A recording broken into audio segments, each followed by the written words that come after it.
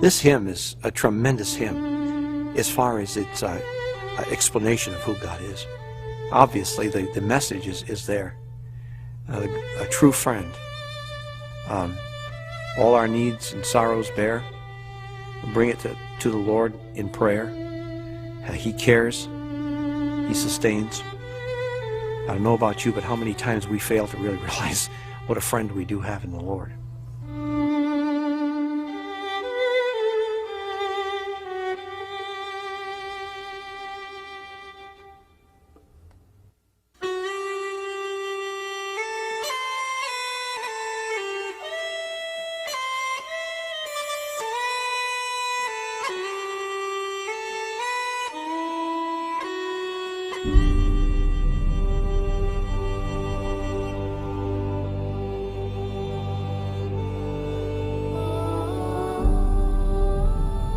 In the spring of 1844, the hills of Ireland were green. Clouds drifted across painted skies. And for a young Irishman, the future was filled with hope and promise. Joseph Scriven had completed his university education and returned to his home outside of Dublin. He was engaged to his childhood love and soon planned to take her hand in marriage.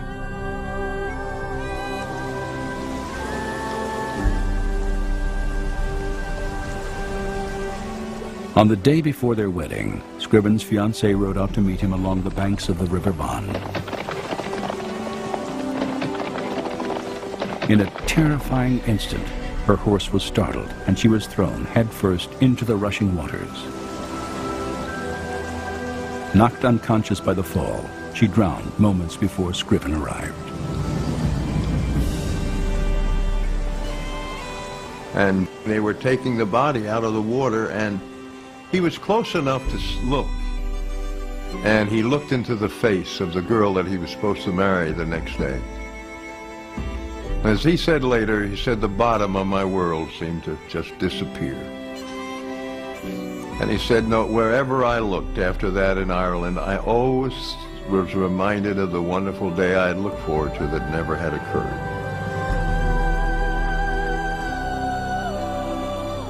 Emotionally shattered by the death of his love, Joseph Scriven turned to God for consolation and guidance.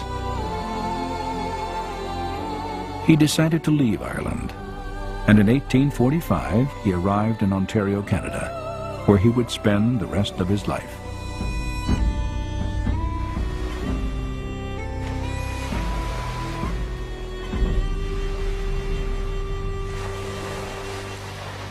Scriven settled near the town of Port Hope, on the shores of Lake Ontario. There he committed himself to the ideals of Christ's Sermon on the Mount, devoting his life to helping others in need.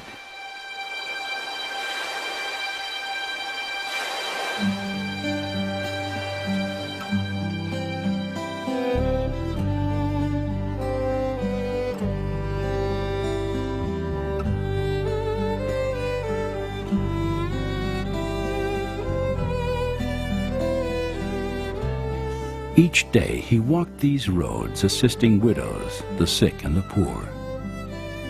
It was said that he never once denied a request for help, and that his greatest desire was to reflect the love of God through his life. For nearly 40 years, Joseph Scriven was a living light of charity and faith in this small Canadian town. And for his acts of kindness, he came to be known as the Good Samaritan of Port Hope. So he devoted his life to love and good deeds for the people of his community there. And they saw him walking down the street carrying a sawhorse and a saw, and someone in the community said, well, there's Joseph Scriven. He's willing to saw wood for anyone. And this particular individual said, boy, I'd like to hire him to do it for me. I'd love to find a sober young man to cut wood for me. And this individual responded, well, you won't get Joseph Scriven because he only helps the people who cannot pay or have no resources for which to reimburse you. So he really did want to help people out of the goodness of his heart because of God's grace.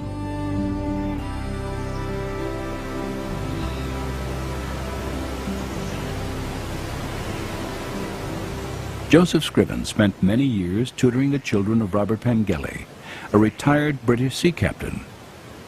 It was in this house that he met and fell in love with Pengelly's niece, Eliza Roche.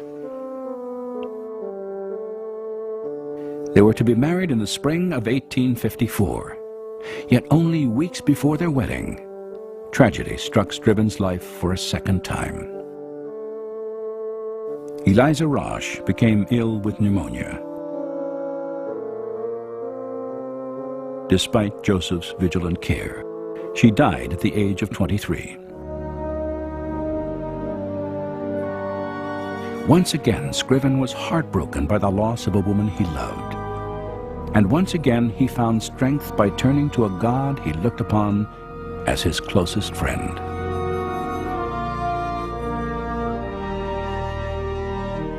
The following year, he wrote a poem to his mother in Ireland. His words described this extraordinary friendship that had given him purpose and hope in the face of devastating pain.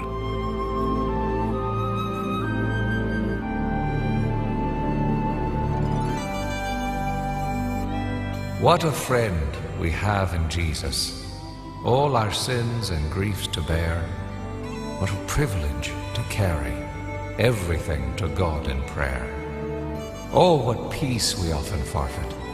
Oh, what needless pain we bear. All because we do not carry everything to God in prayer.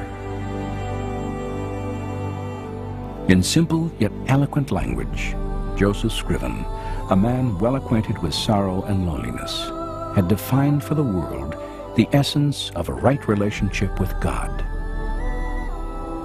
He saw his Creator not as an impersonal force to be feared, but as a loving Father and friend whose greatest desire is to carry our burdens and ease our pain.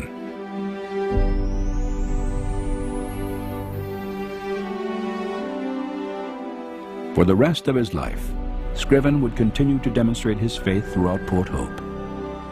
And today, more than a century after his death, his profound insights into the true character of God still resound through the legacy of a timeless hymn.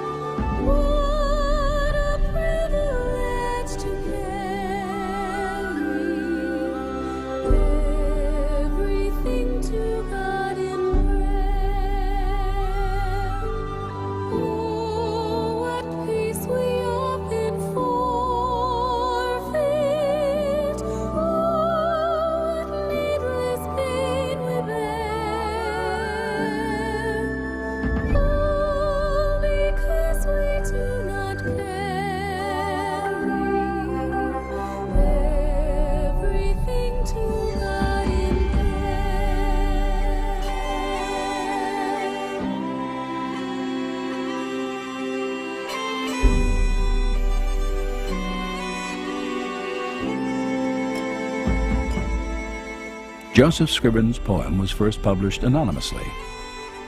Nearly a decade passed before Scriven revealed to a neighbor and to the rest of the world that he and the Lord had written it together.